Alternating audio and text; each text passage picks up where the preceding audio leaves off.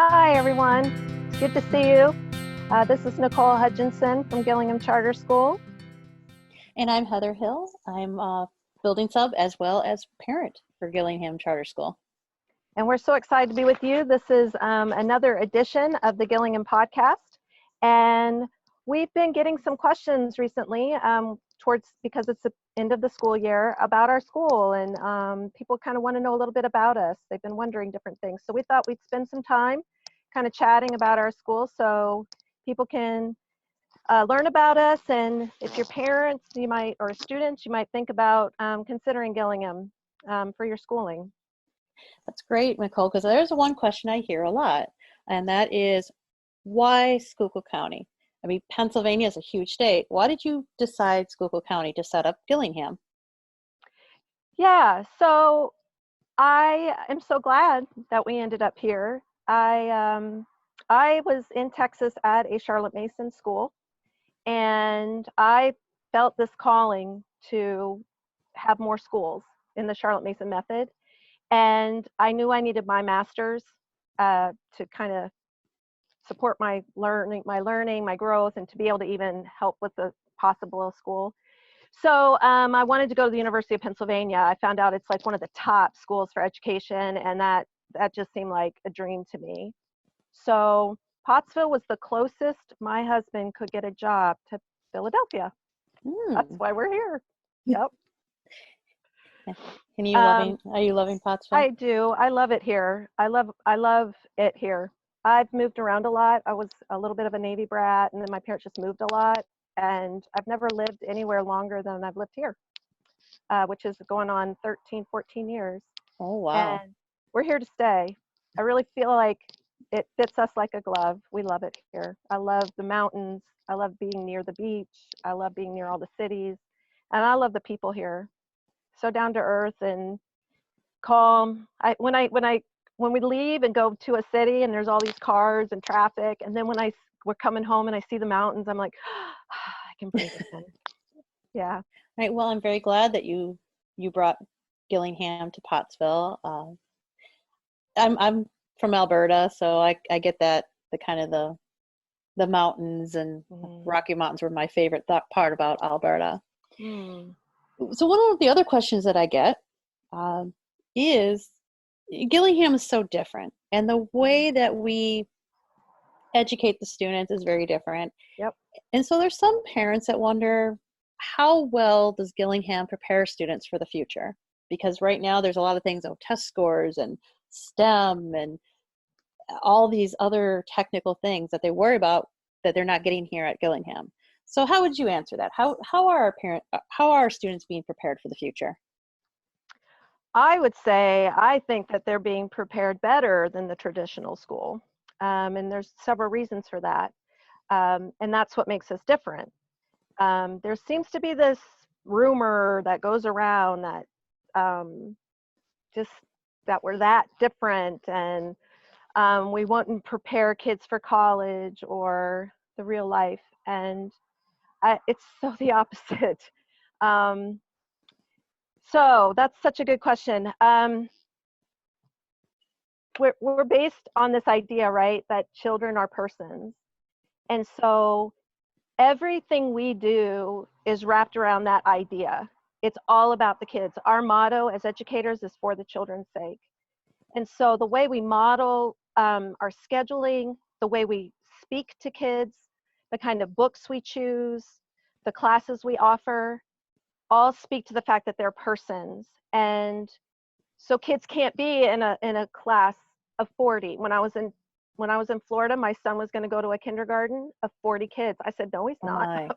Oh gosh. So that's what started getting my mind boiling. Like, what else is out there? What other options are there?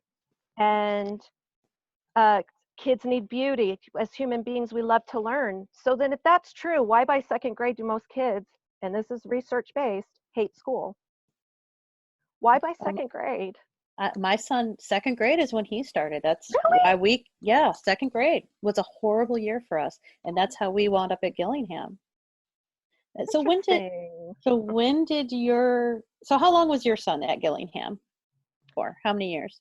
Oh, when it started in 2011, but he's had a Charlotte Mason education since kindergarten. Okay. He had it his whole life. He graduated from Gillingham. Um, and I can't imagine doing anything else, really. It's just a way of teaching um, that is so true to who we are as human beings that sometimes people think it's too easy. Like I don't have to go home and memorize for the test. I don't have to, what do you mean? I don't need to take a vocabulary test. Um, and so I'd like to explain a little bit about that. Oh, I'd love to hear it. Okay, so as persons, we love to learn. So we need an atmosphere of learning and an atmosphere of co-learning with our teacher. So all of our teachers are learning with the students. And we're coming to this book, and we've chosen a really good book, not a boring textbook. I love history. So why the heck was I falling asleep in my AP Western Civ class? Mm-hmm. Because it was a boring textbook and I was sitting there during a boring lecture. And I even liked my teacher, but I was bored to death. So I told myself, if I teach, I'm not going to bore my kids. And so in this philosophy, we choose texts that are living, we call that, because they're interesting, they're full of ideas, they're full of really rich vocabulary, and they're written by somebody who cares about what they're writing about. Textbooks, writers who make textbooks, and I worked for a company for a short stint that went towards making textbooks, they hire a writer, and the writer goes to the book written by the guy who loves butterflies, and then they regurgitate that information and put it in the textbook. Well, we go straight to that book. We want that book that written by the guy that loves the butterflies, because then we love the butterflies. We get that sense, and we meet that author, and we meet those butterflies through him. And so we're interested, we're intrigued. So first, you have to love your book, what you're doing, right? So we read it, but then we teach our students a whole new habit that I, as a teacher in the traditional school, got so frustrated by. I would go in the teacher's lounge and I would say, if they would just pay attention, they get it. Yeah. We make them. They are required, but they don't even sometimes realize it. It's so natural to who they are because they have to tell it back. So after we do a reading, or they have to tell it back either verbally or orally, or they have to write it, or they have to draw it. And sometimes we act it out because we know as human beings that you have to use that, whatever you learn, you only learn it and know it by processing it. You have to do something with it. You can't just like flip your head up and pour some information into your brain and close it and expect a kid to know it. Just because they heard it doesn't mean they know it. They got to say it. And I'm a little envious of the kids at Gillingham, because when I was in college, in high school and stuff, for me to get through college, I had to highlight my text. Yep. I had to make note cards. I had to pour a whole lot in, and I didn't get as much back. There was things I knew it for the test, and that was it. What I find amazing about the kids and the way we do narrations is that these kids know it. And they can tell me it, and they're making connections. I've even seen it in my own kids that we might be reading something else and like, oh, wait, this is just like this thing that we talked about in history. And because of the way you're doing it, they are able to make these connections, and they're taking important stuff out that I don't feel like it's being pounded into them, or like how I had to pound the information into myself. I remember that too. On the night before an exam, what did you do? Oh, you crammed. Yep. But when you were cramming, what were you doing? You were writing it or you were saying it. Yeah. We just do that in the lesson itself. And so by saying it, you know it. Charlotte Mason said, if they can't say it, they don't know it. So you have to say it to know. But what I love about what we do is the teacher then, after we tell it back, is that we let the kids ask the questions. We don't ask the questions. If we ask a question and it's like, well, what did you think of that? Or was there a word you didn't know? Or what was there something you didn't understand? So we get all the questions out, and then with this beautiful thing that we happen to call the grand conversation happens, and that's when we start talking about the ideas and we start proving it, which is what which is what the PSSA requires on a text-dependent analysis. You got to give proof. So you think that the author was trying to make this a gloomy scene? Prove it. What words did you see in there? And I'm tell you what, our kids can talk. They can talk about ideas and they can ask questions. When they go to a museum, the museum people are blown away by our kids. And this is anybody in a Charlotte Mason education, because this happened when I was in a private school, this happened when I was in a homeschool, and this happened in our public school. It doesn't matter where I go. That they're astonished by these children, their ability to pay attention and then to ask questions and then to talk about it, and their enthusiasm, their interest in what they're looking at. There's like this wide-eyedness about our kids. And it doesn't matter what grade they're at. It doesn't matter what museum we go to. For the YES program, that's this awesome program here in the county that prepares people for the workplace. The students, all of ours are required to take it, and they get interviewed in a mock interview. And when they were in that mock interview, the person who was in charge of it was astonished that every single one of our seniors was engaged, could speak to them, was answering questions, was interesting. And people are floored that every single one of our senior gets up at graduation and speaks. And they do is it amazing. well. Last year was my first year. This ability that was it? Yeah, that was my first year seeing anything like that. Because normally it's like the valedictorian, the salutatorian. And to see all of these kids get a chance. And I loved how they thanked somebody, and they chose somebody to give that a pin to of acknowledgement, and that just being that gracious. And yeah. I love this ceremony. It was very lovely. Yeah. And I think one of my favorite things is just what is exposed. I mean, the curriculum, if you look through what Gillingham has on their list, it's amazing, especially when you're looking at schools that are like, art's got to go, sports has got to go, music's got to go. Yep. Yeah. So I think too, I'll talk about can I just go back real quick though about their ability to speak before we move on to that? Of course you can, Nicolle. Okay, because this is one story I just want to tell you. Okay. So my son went off to college. He took the SATs, ACTs. He did very well. He got into the college of his choice, got some scholarships, and he would tell me that in class he'd want to talk with his professors, and his professors would want to talk. His classmates were furious with him because all they wanted was, give me the notes. I'm going to write my notes down so that I can just go and then take my test. And my son went in as a graphic design, but he was asked by the history professor to join the prestigious debate team that debated college all over the Northeast, even the Ivy Leagues. And so here's an artist kid that normally would be considered an artist, right? Debating? Yeah. And he was talking about Thomas Jefferson and how much he didn't like Thomas Jefferson, and why, and because of the books that he read when we were at our school. Yeah. And I think the books are a huge part of our curriculum. Like I had a reporter one time look over the books that we were reading. She looked at all the books and she said, I didn't get to read those until I was in college. So our kids are reading these really great books and I have a teacher here who said that her sister is a senior in one of the prestigious suburbs of Philly. And she was talking about a book she's read, and the teacher said, well, our kids read that in 7th grade.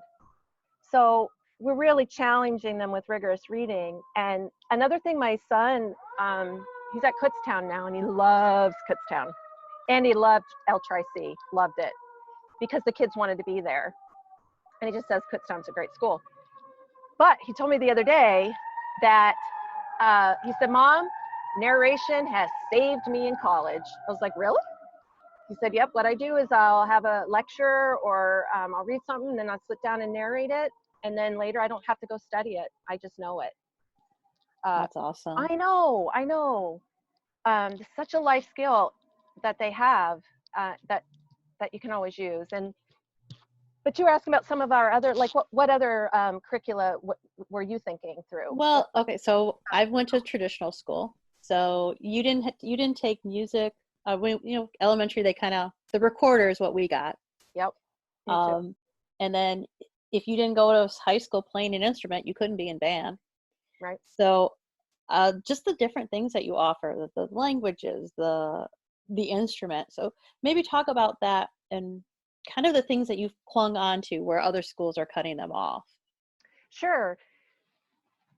It's so interesting that they're cutting them off when those are the right brain things. And there's so much research that says that the right brain, when you engage it, it's engaging the left side of the brain, which is the math and the logical stuff that are all on all the tests. Yep. So it's like if you're not engaging that, you're not going to get as much as you could get from this side. So at our school in an Mason education, those things are core. They are not specials. We never call art, music, what PE, none of those things are specials. They're core to what we do. They will always be in our program because we're about the whole child. And so every child learns an instrument starting in kindergarten, and they learn piano K1 and 2. And then when they get to third grade, they get to choose an instrument, and they can choose whatever they want. If we don't own it, we'll buy it. And we also offer strings. I come from a working class family. My dad was a body man, fixed cars, loved it, very talented at it. And my parents didn't finish college, and they could not afford to get a piano. And I was so jealous of my friends that played piano. And then when I had my son, my husband and I had a bit more money than what I grew up with. And so I got my son piano lessons, and it dawned on me, wait a second, why can't everybody have piano lessons? Why do you have to be able to afford it? Yeah. And I mean, I have 4 kids, so it could get really expensive for me. And if you want string lessons, Mm-hmm. So I thought it's not written in Mason. It's really just the principle that everybody can learn to play an instrument because we're human beings. We have that potential. Right. And so we decided that they can, piano's like the core, like learn that, and then you can play these other instruments. But if you join us as a junior in high school, you get to pick an instrument and you get to start learning it. Everybody, it's a requirement that they have to play an instrument. If they go on and go on to great things, good. If they play it just at Gillingham, good. They had that experience, and that's what it's all about, right? It's this offering this banquet of learning, all that's out there for them. And then they get to taste some of it and be part of it and realize, oh, I'm not just a jock. I don't just play sports. I can also play an instrument. Yeah. I also can draw. I like to look at things under a microscope. One of the things that when I first came to Gillingham, and it was my first orientation, one of the things that really stuck out, you had asked the question, how many of you have like a 4th grade level of artistry? Mm-hmm. And like a lot of us were, because that's where art stops. About 5th grade, it becomes optional. Yep. And that really struck me. It's like, yeah, maybe if it wasn't optional, because I didn't take it. I was going on a different path in high school, so I didn't have time in my schedule for it.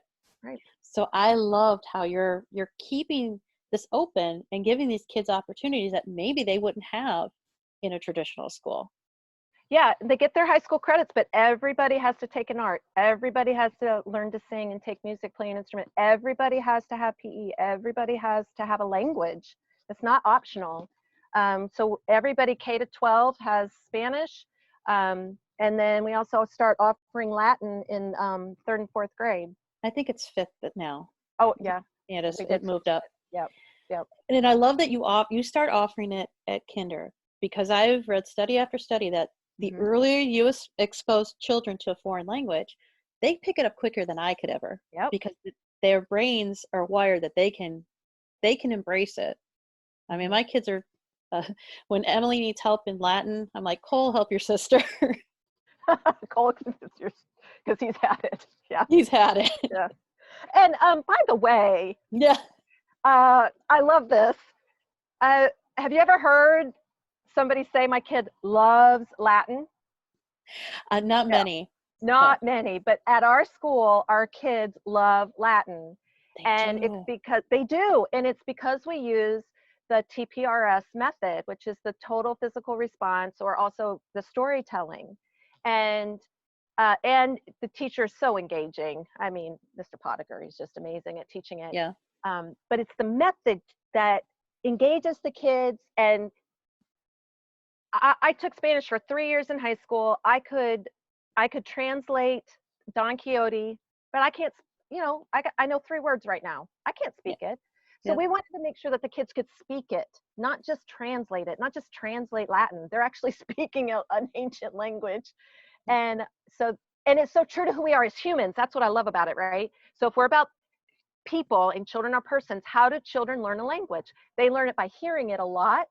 They learn it day to day.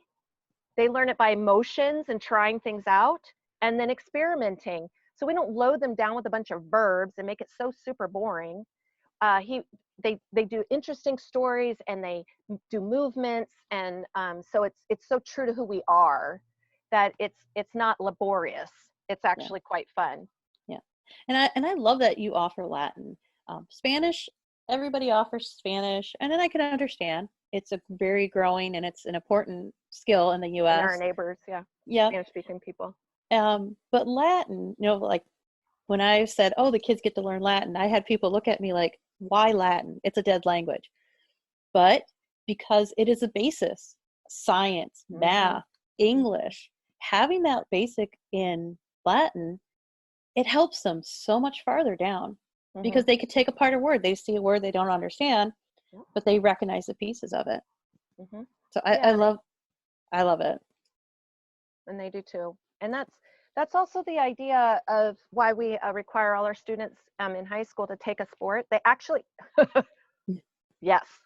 actually have to compete. I know. One season of a sport. I loved sports growing up, but I had friends who didn't. And I'm guilty of that. Okay. But I think it's because you weren't taught.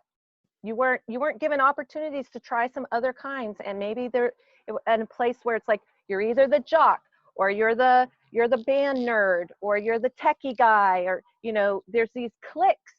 But we don't want that for our kids.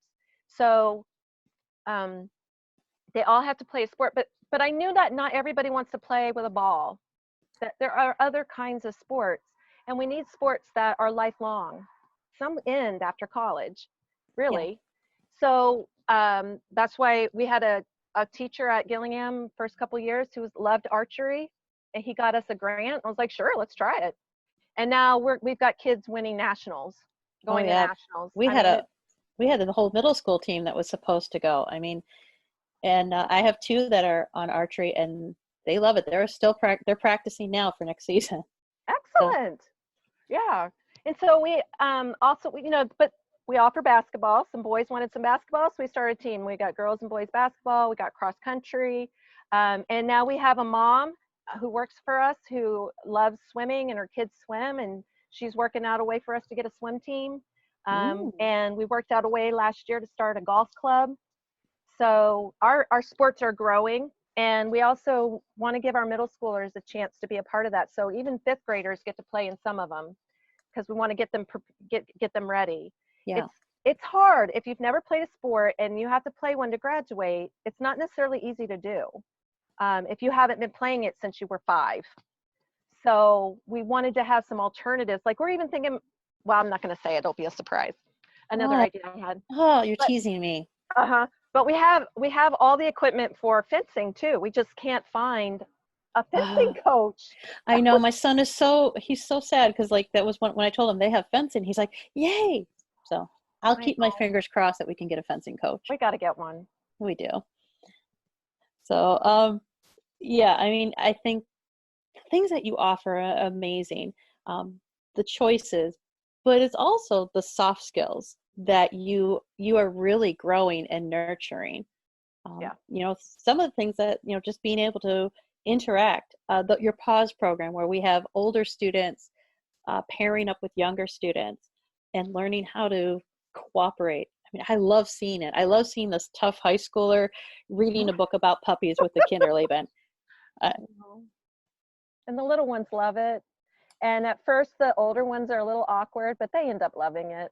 They do. They do. And I love how you talked about the soft skills that our students are learning, because in the industry world, out there in the real world, let's see, entrepreneurs and employers and CEOs, when they're interviewed, the biggest complaint they have about the workforce that's coming in, they say this. They say, we can teach them how to read this graph. We can teach them how to work this piece of machinery. We can teach them how to write this way of writing, but we cannot teach them the soft skills. And they're not coming in with soft skills. And what are the soft skills?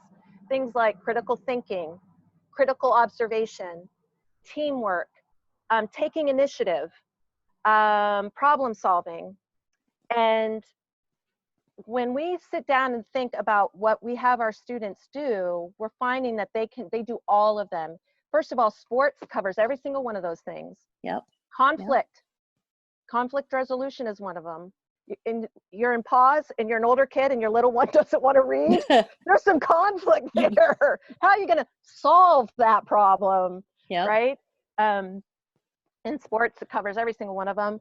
Oh my gosh. So I keep reading about this. I've read about it at least twice, that at Harvard Medical School, these are kids that are 22, 23 years old, right? They've been through college and now they're in med school. And they're finding two things that these kids that are going to become doctors or surgeons are missing. One is they don't know how to observe. That's important. And two, they don't know how to use a needle. They don't have the fine motor. Oh. And so when we offer handwork, every kid every year has a handwork. And that could be learning to knit, that could be learning to whittle, that could be gardening. And they're learning how they're having to touch things and actually move things and manipulate and get this appreciation for work, using your hands and creating something. And then the observation part really surprised me, because what Harvard Medical School professors were doing is they were taking their students to museums to learn how to observe by observing a painting. And I'm like, we do that every day. We do that every day. We do that starting in Kinderleben. So every grade observes the work of 3 different artists every single year. Yeah. They also listen to the music of 3 composers every single year. And they're just learning how to listen, how to look, what to notice. We don't drill them with questions. We just show them this beautiful art, listen to this beautiful music, and then just let them start thinking about it and talking about it and asking questions about it. And then we learn a little bit about the artist, because they're human beings too. Maybe one day I can be an artist. I don't know. This guy just took lessons. Maybe I can compose one day. But that's a skill. It's a soft skill of observation. And that's what narration does too. And also with observation or nature study, having these kids go outside and be able to recreate this plant.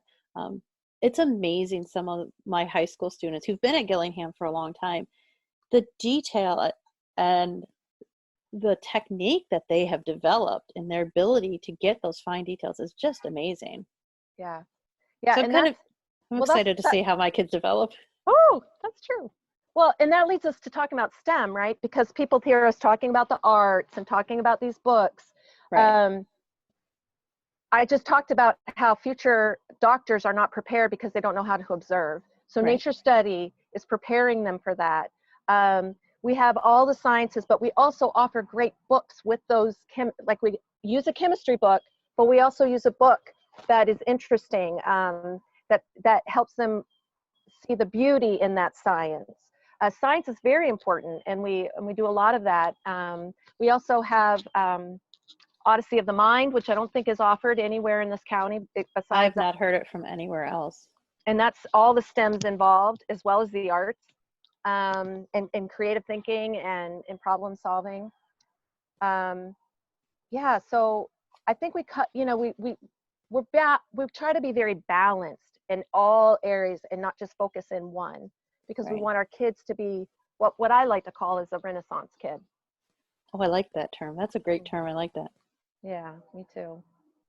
Yeah, so I think we're preparing them for the real world. We're preparing them for college. And our goal is that our kids just go off and get a credential.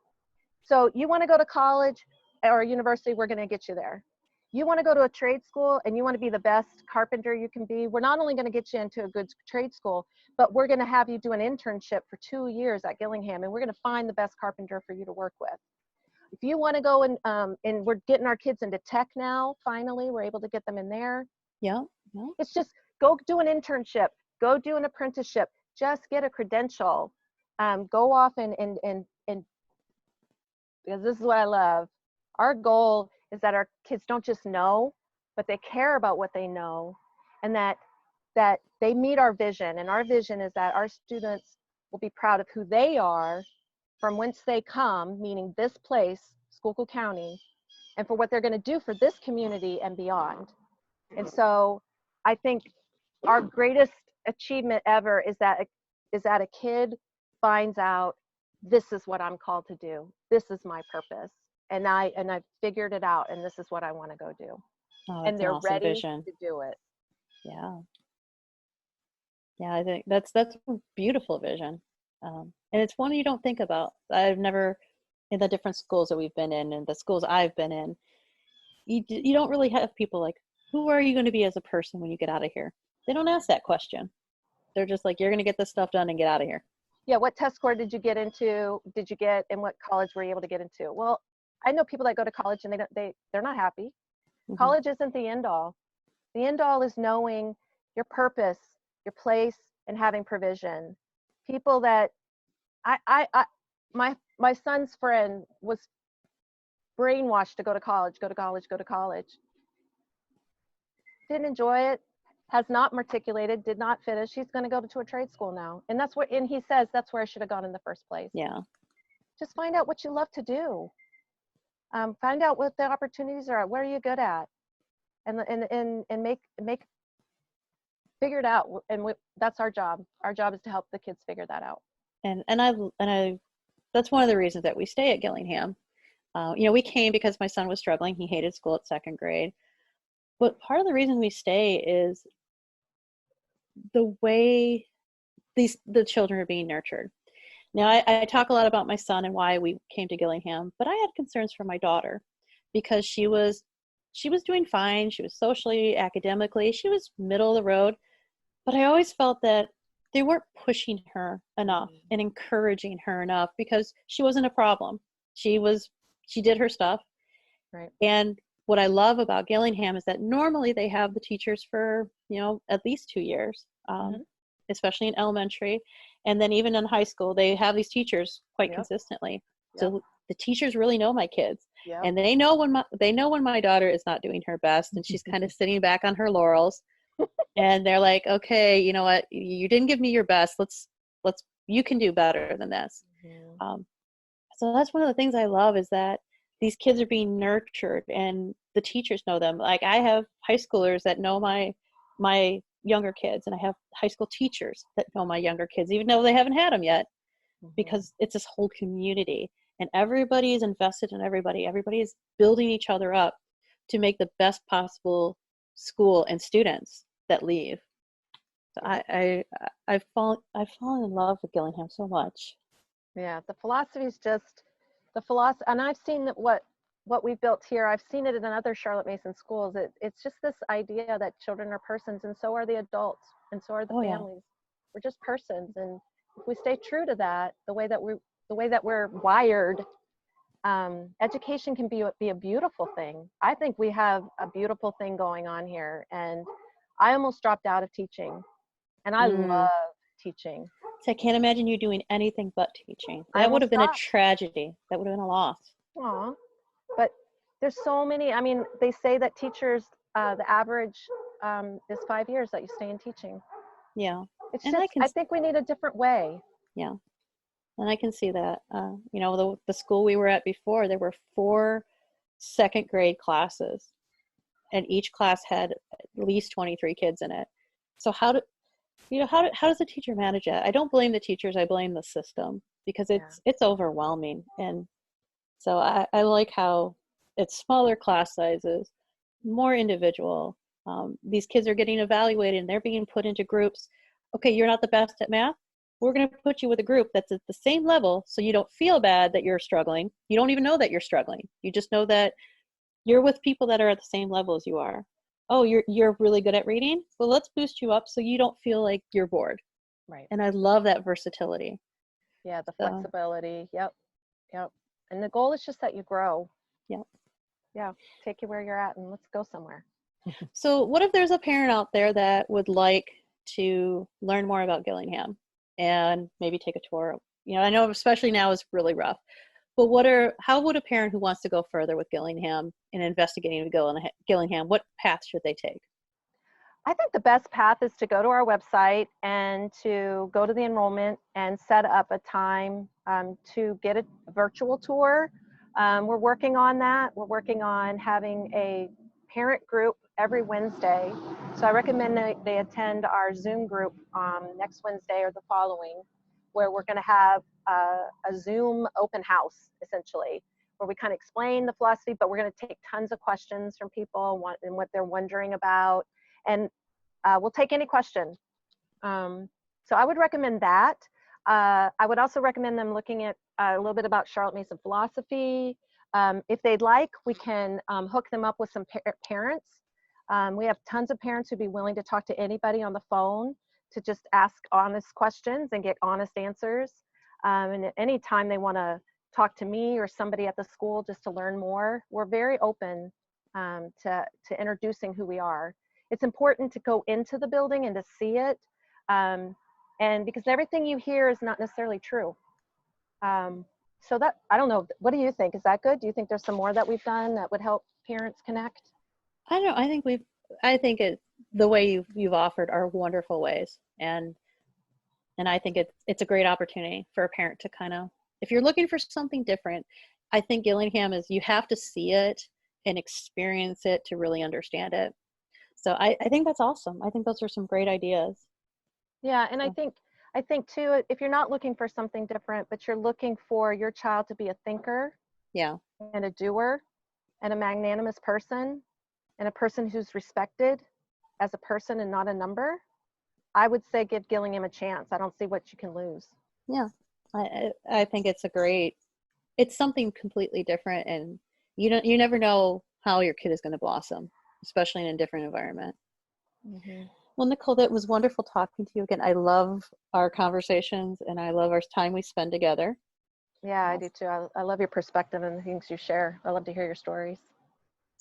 So I will see you again Wednesday for the parent Zoom, for the opportunity for enrollment. Other than that, I think we're done for our day and we'll sign off. Yeah, enjoy this beautiful spring day. I know I've got a garden out there, so. All right. Bye, Nicolle. Bye, everyone.